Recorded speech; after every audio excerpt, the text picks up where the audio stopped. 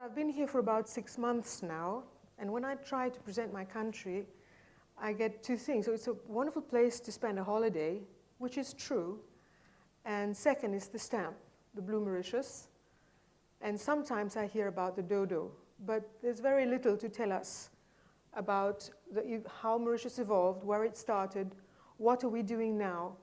From independence, which is not so long ago, 1968, right in the middle of the Cold War, we don't know very much about it, and we're also very small. So I thought, let me show you this film, then you know what it is about. If you want to come and spend a holiday, you know what's waiting for you. We are very good. But what I would like to do now, since this theme is about power, I would like to talk to you about what my country was doing during this time as a small island in the Indian Ocean. Now, since you've seen what it looks like, these are just a few figures I want to show you. 2,400 kilometers southeast coast of Africa. I will show you a map later on. The capital, Port Louis. We only have 1.2 million people on the island and a workforce of 541. As you can see, we speak quite a few languages. We have a good climate. And what's not on here, we have a population which is made up of very many different cultures. How do I change this? Just press here? Oh, all right. Just a few indicators to give you an idea about what Mauritius is about in figures now. And what we do. I should say at that point that we started off as a monocrop. During the colonial times, sugarcane was introduced and was encouraged. It means that we were, for a long time, totally reliant on sugar as an export. So we had to diversify if we wanted to survive. And we did, into tourism, into manufacture. We were at one time a very well-known manufacturer in garments. Unfortunately, it's less now with the new competition coming up. To tell you that a small island sometimes, distance doesn't make any difference. Some 15 years ago, we were the third biggest manufacturers of ski gloves, which is very funny. An island in the middle of the Indian Ocean, being the third producer of ski gloves for Europe and other countries, which gives you an idea that if you have enough vision, there's no limit to what you can do to survive and to thrive. At that point, I'd like to tell you that in 1961, around, Nobel Prize winner James Meade predicted that Mauritius, if it got its independence, was bound to fail as a state, as a sovereign state. We are a sovereign state now since 1968. And we not only did not fail, but we are one of the most successful countries in the region of Africa and in the Indian Ocean, which means that there are certain factors that Mr. Meade perhaps did not see, but we managed and we thrived. So let me go on. How do I do that? Where we are. It's high time I told you where we are.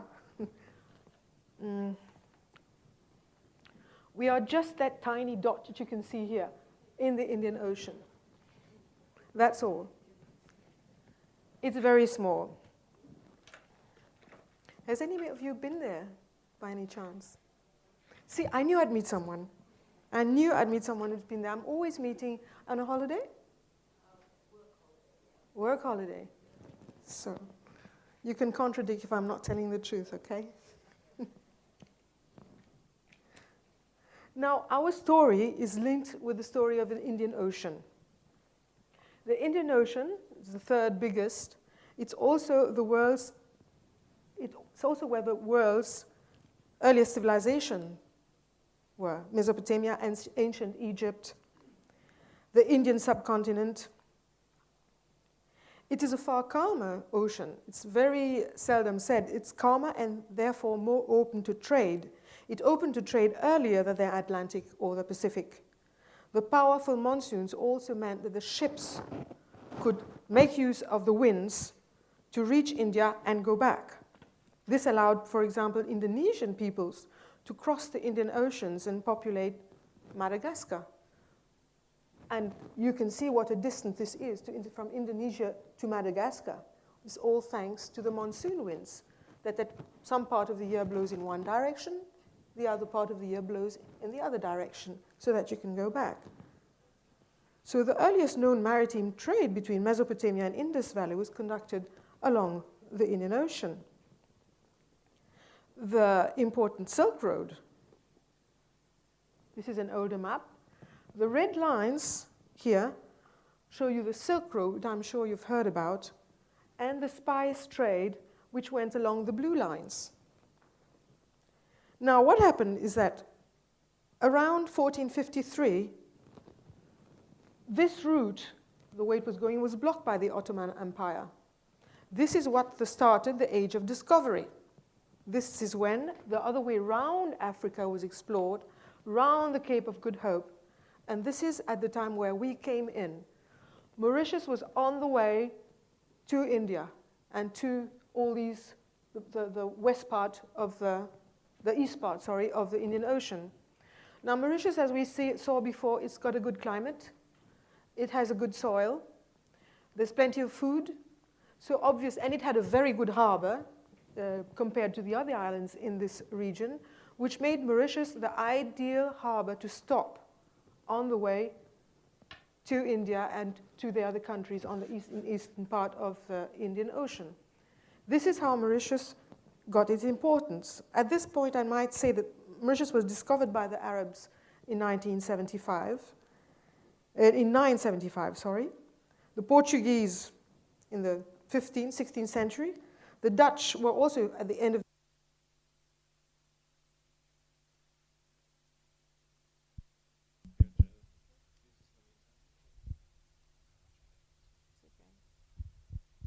even the Danish were there. Thank you. At the beginning of the 17th century. But our story really started when the French took over Mauritius because they wanted to control the Indian Ocean, therefore trade, which we see that a lot of wars have been fought over Mauritius for its position in the Indian Ocean. The French took over Mauritius, and from there, it was not only because of the trade, but also to pester the other. It was a lot of piracy at that time, and also to direct naval attacks on other ships in the regions, among others, of course, especially the British, who were very strong at the time, very strongly competing for influence in India. So this, we can see that trade played a big role. This is where the India companies started.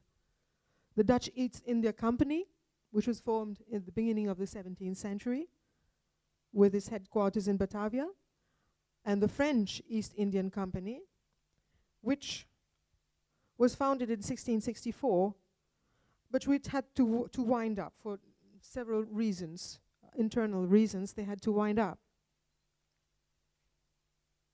Now, the French East India Company was, interestingly enough, initiated by Colbert, one of the advisors of Louis XIV at the time, and because it wanted a share in the African slave trade, which was thriving in the area at the moment. It was competing for Britain, for India against Britain. At the time, if La Bourdonnais, a governor of Mauritius at the time, had succeeded, India could well have been French and not Indian. He conducted some very successful attacks with maritime, of course, naval attacks on India, but unfortunately, his superior did not agree with him over Madras. He took over Madras, which is now Chennai, and he actually wanted to use Madras for a ransom, and his superior wanted to erase Madras from the map. So this lack of understanding between the two resulted in La Bourdonnais being sent back to France. So at the end of the day, the British took over India, as we all know, and Mauritius stayed French at the time. Between 1967 and 1980, Port Louis became an important center for trade, naval operations, as I was saying. During the 7 World Wars, 1756 to 1763, France and England battled over control of the Indian Ocean, over trade with India, and control over India itself.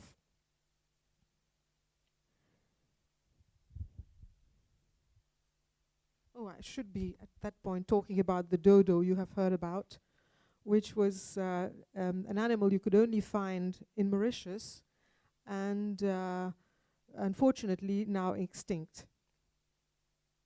Whether it was eaten up, but I think it also has a lot to do with other animal species which were introduced into Mauritius, which ate up their eggs. They were flightless birds, so quite vulnerable.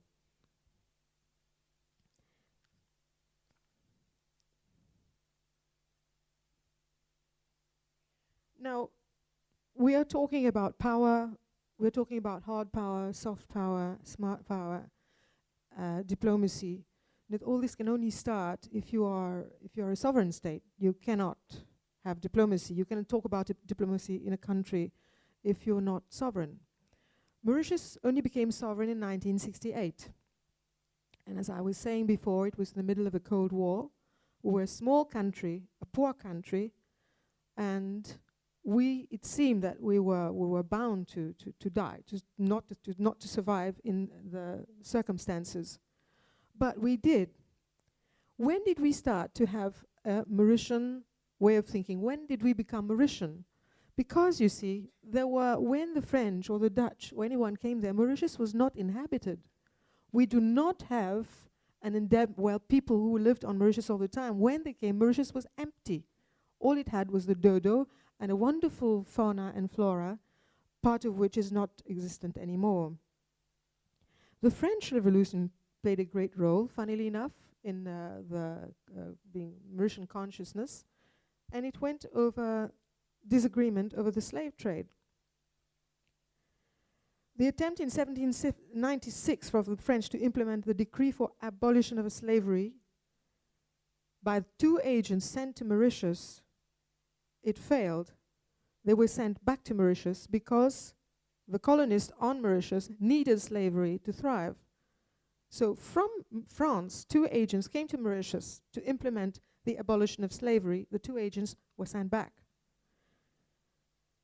Later on, when Mauritius became English, 1810, the English took over Mauritius. The English also sent an Attorney General, Sir Jeremy, to implement abolition of slavery. He was also ill-received and sent back, which means that Mauritius, all of a sudden, was not part of France, was not willing to agree to everything that the king was saying or that Napoleon was saying, was beginning to develop its own consciousness as a country. Slavery was eventually abolished in 1835, but not without the owners receiving compensation from the British. To tell you that a lot of it is trade, commerce, is probably what is guiding our societies nowadays. So in 1935, slavery was abolished. The slaves were free. Most of them wandered off to the coasts of Mauritius, which you have just seen, where fish were plentiful. Most of them became fishermen. And to replace them, this is when the English took indentured labor from India to work on the fields.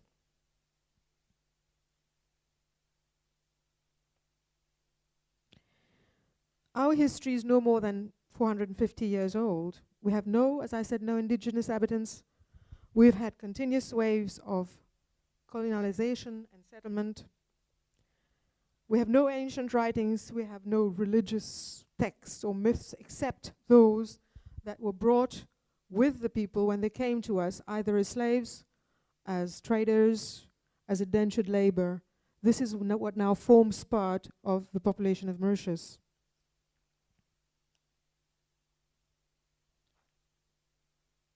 This system of slavery severed millions of people from their roots and ultimately gave rise to new societies. New oral traditions developed throughout the period of slavery, which gave rise, for example, in Mauritius, to Creole, which is also understood in Seychelles, in Guadeloupe. Those are languages, I should say, which have developed independently which is a middle thing between the French colonialists and the African slaves.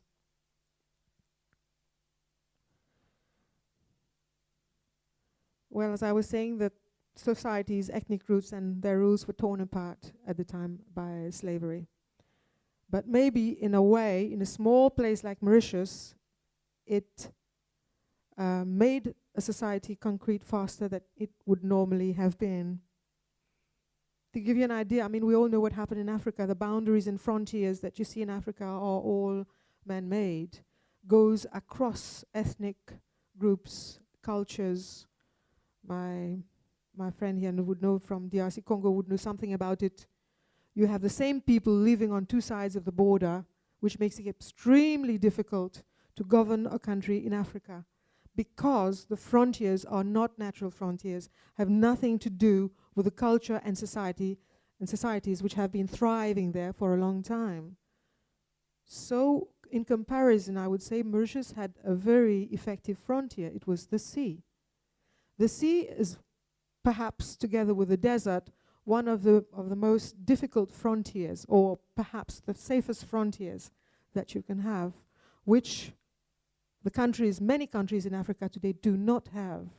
A fluid frontier, which is the cause for a lot of wars and conflicts. But in our case, the ocean also was not only a frontier, but also on the way for communication, which was on the right path to communication for trade.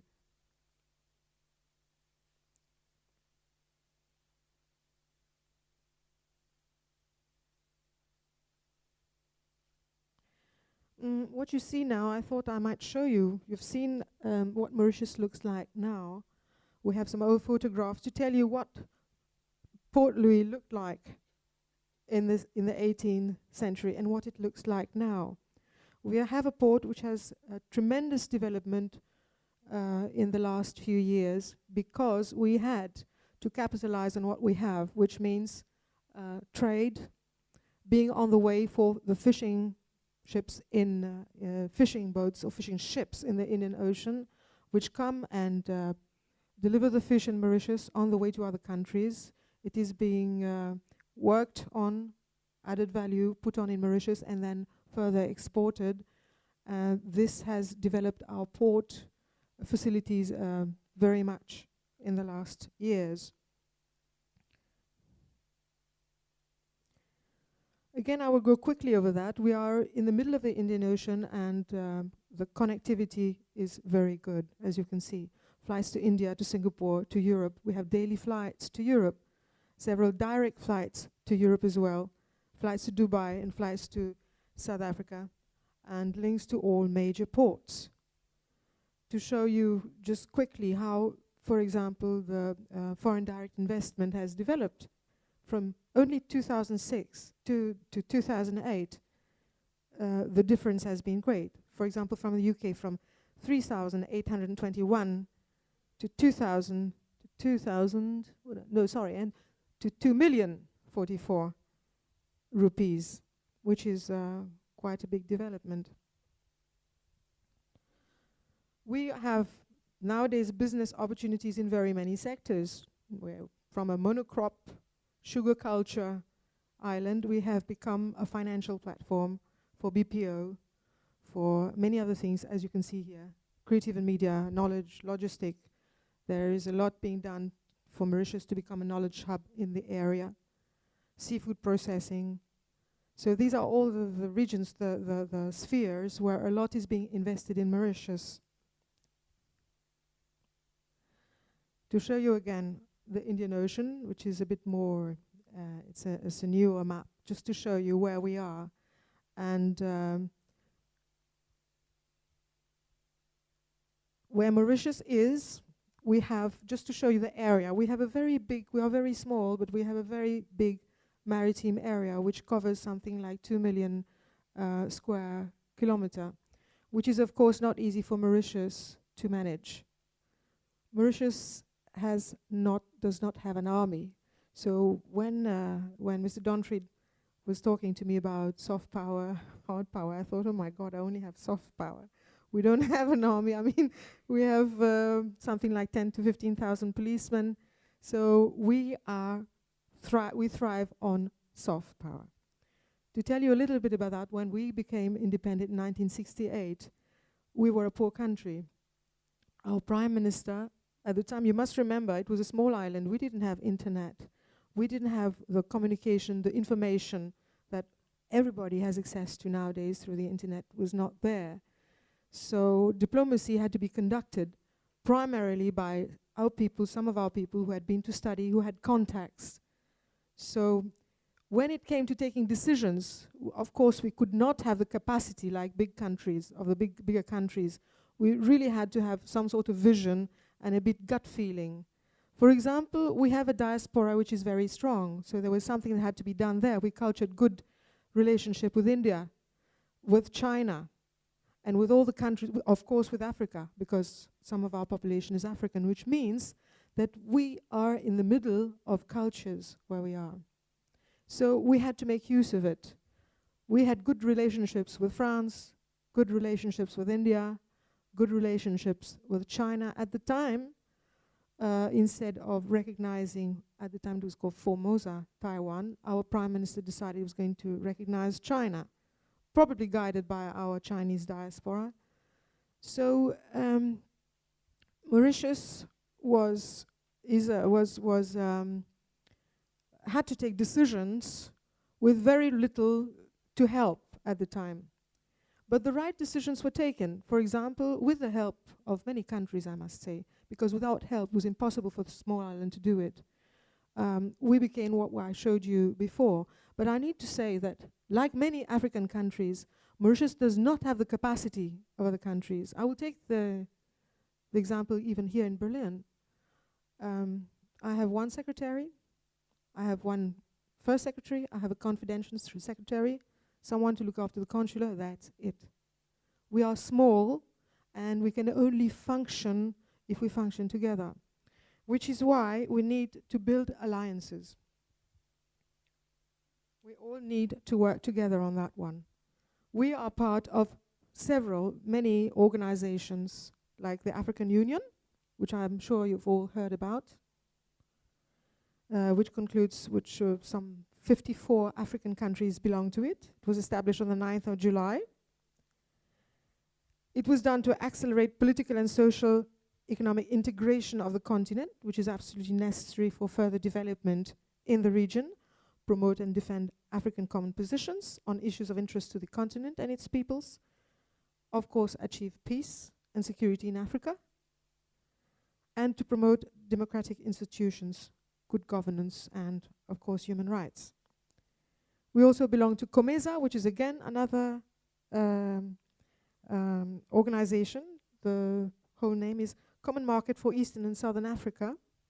It promotes regional economic integration through trade and investment. With its 19 member states, it covers a population of 430 million, if I take the figures of 2008, and an annual import bill of about $152 billion, again, figures from 2008.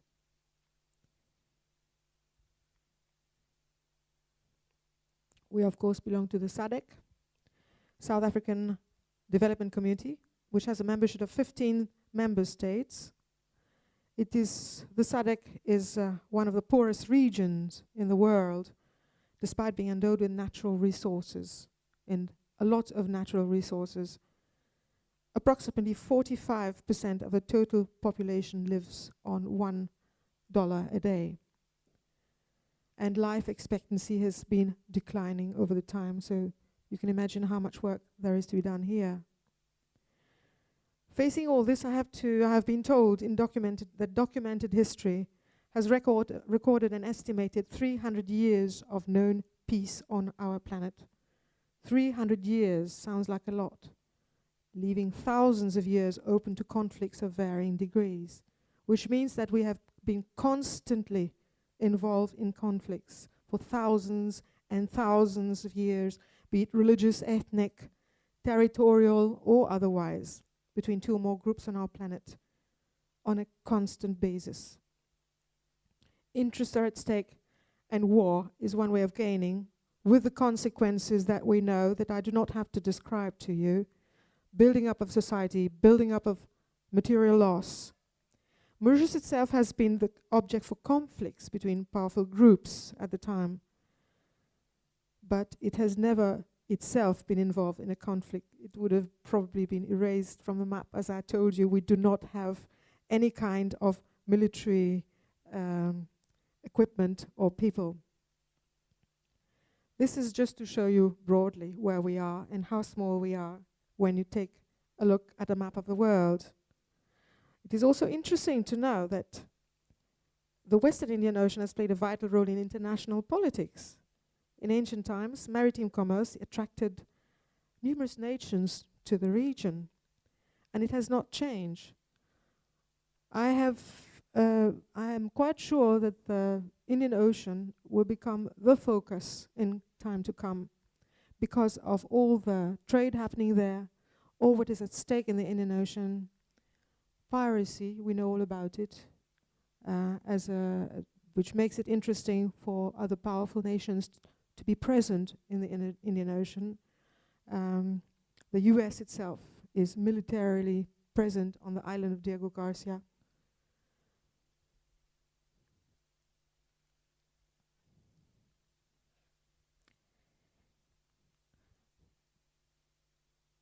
And during the Cold Wars, consideration provoked competition between the United States and the Soviet Union. So becoming independent during the Cold War was a question of who you're going to side with. We never sided with anyone because we couldn't. And fortunately, and I think because of the understanding of our position, it was never taken against us that we never really sided with everyone because we were too small. Britain and France maintained a military and political presence in the region throughout much of the Cold War. After the collapse of communism in the Soviet Union, Moscow ended its military presence in the Western Indian Ocean. But as I said, the US maintained its presence in the region.